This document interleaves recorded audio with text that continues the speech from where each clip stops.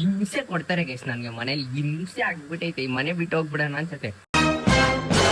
Hi guys, ನಮಸ್ಕಾರ ಕಣ್ರಿ. ಎಲ್ಲರಿಗೂ ಹೇಗಿದ್ರ ಗೈಸ್? ಎಲ್ಲರೂ ಚೆನ್ನಾಗಿದ್ರ ಅನ್ಕೊಂತೀನಿ. ಚೆನ್ನಾಗಿರ್ಬೇಕು ಗೈಸ್. ಕೇಳಿ, ನೀವು ನೋಡೋದು ನನ್ ಬ್ಲಾಗ್ ಅಲ್ಲ, ಅದಕ್ಕೆ ಎಲ್ಲರೂ ಚೆನ್ನಾಗಿರಿ, ಮಸ್ತಾಗಿರಿ, ಖುಷಿಯಾಗಿರಿ. So guys, it's finally day 24 of me completing 100K follow 10K followers in 100 days guys. ಆದ್ರೆ ನೋಡಿ, ನಿಮ್ಗೆ ಇಷ್ಟ ಬಂದ್ರೆ 100K ಮಾಡ್ಬಿಡಿ. ನಾನೇನ್ ಬೇಡ ಅಂತ ಇಲ್ಲ ಫಾಲೋವರ್ಸ್ನೆಲ್ಲ. ಇಲ್ಲಿ ನೋಡಿ ಕೆಲ್ಸ ನೋಡಿ.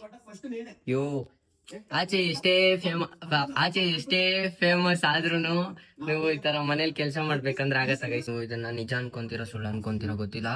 ನಾನ್ ಹುಟ್ಟದ ಹೋಗಿಂದ ಫಸ್ಟ್ ಟೈಮ್ ನಮ್ಮ ಮನೇಲಿ ಲೈಫಲ್ಲಿ ಇದೆ ಫಸ್ಟ್ ಟೈಮ್ ಇಷ್ಟು ಚೆನ್ನಾಗಿ ಮಾಡಿರೋದು ಗುಲಾಬ್ ಜಾಮೂನ್. ಅಂದ್ರೆ ನಾನು ಯಾವಾಗಾದ್ರೂ ಕರೆಕ್ಟ್ ಆಗಿ ಏನಾದ್ರೂ ಹೇಳೋಣ ಅಂತ ಬಂದ್ರೆ ನಮ್ಮ ಮಮ್ಮಿ ಹಂಗಾಗ್ತಾ ಇರ್ಸೋಣ ಮಿಕ್ಸಿ ಸೌಂಡ್ ಕೇಳಿಸು.